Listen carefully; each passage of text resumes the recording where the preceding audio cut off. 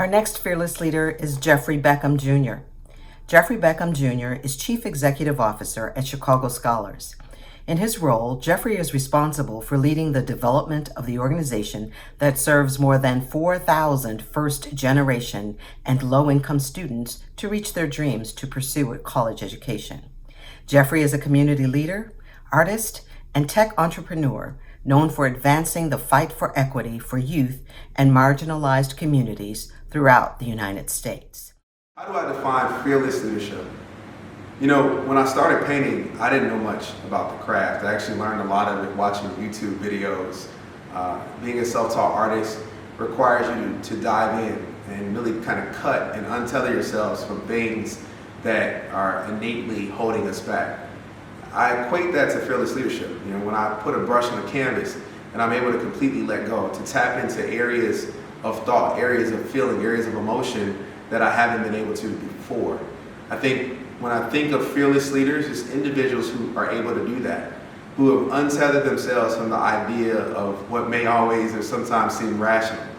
They're the people who go harder, go further, go deeper because they trust themselves.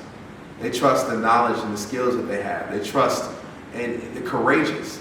I equate fearless leadership to courageous individuals, those that are willing to go headfirst into the darkness, knowing that they're the light that can channel and change that.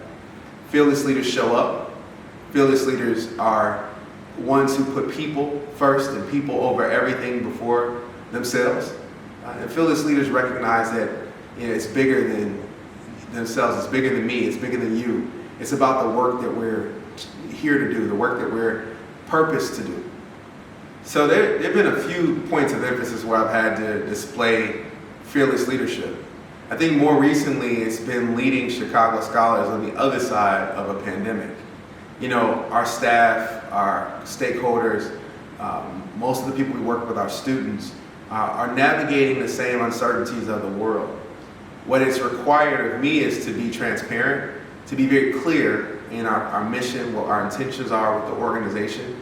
And I've had to, oftentimes think 5 moves ahead. If you think about chess and the game of chess, the chess masters are said to be continuously thinking 12 to 13 moves ahead.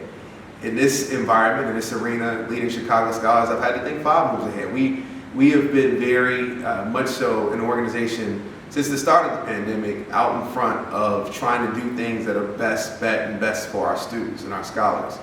I think that showing up and continuing to lead in that regard, in that manner, is definitely how I would define what a fearless leader does. So what are some routines and habits that I've developed that make me a better leader? First and foremost is taking better care of myself.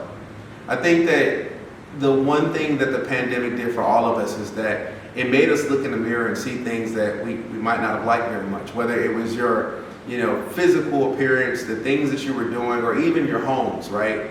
It was very difficult at certain points during the pandemic to find closet organizers and furniture. And I also think that that's why the investment in art has been such a big thing for folks, because people looked around and said, this is not what I want the world that I'm part of to look like.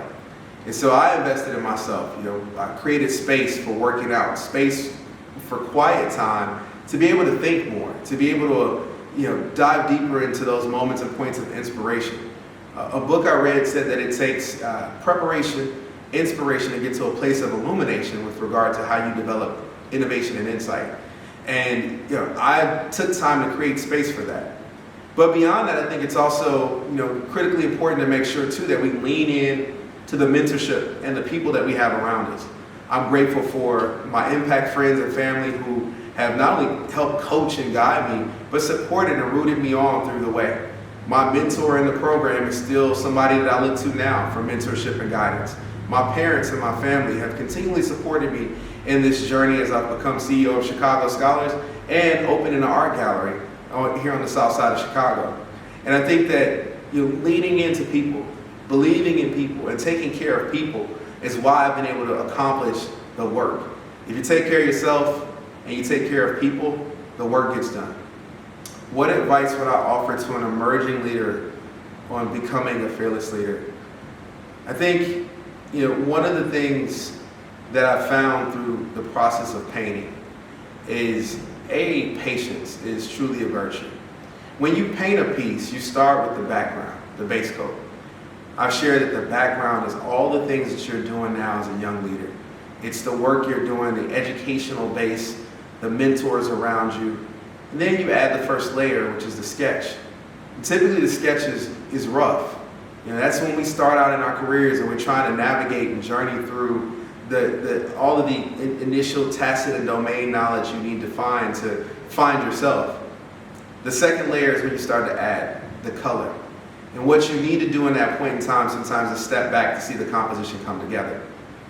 As I mentioned earlier, taking time for yourself is critically important.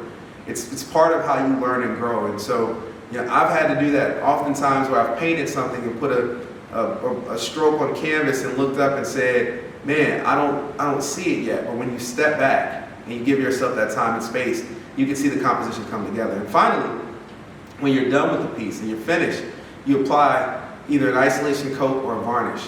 And I think that in essence is the work that we're doing now through some of the work that I've been able to do with the Impact program, tightening up in areas where I need to be better, practicing a mindset of continuous improvement, looking towards applying a growth mindset in every area of my life, whether that's in my career or my personal life. All in, when you're done, you're able to create something that may be a masterpiece. And I think as a young leader, trying to become a fearless leader, if you practice some of those steps and give yourself grace and be patient through the course of the process, you'll become a masterpiece.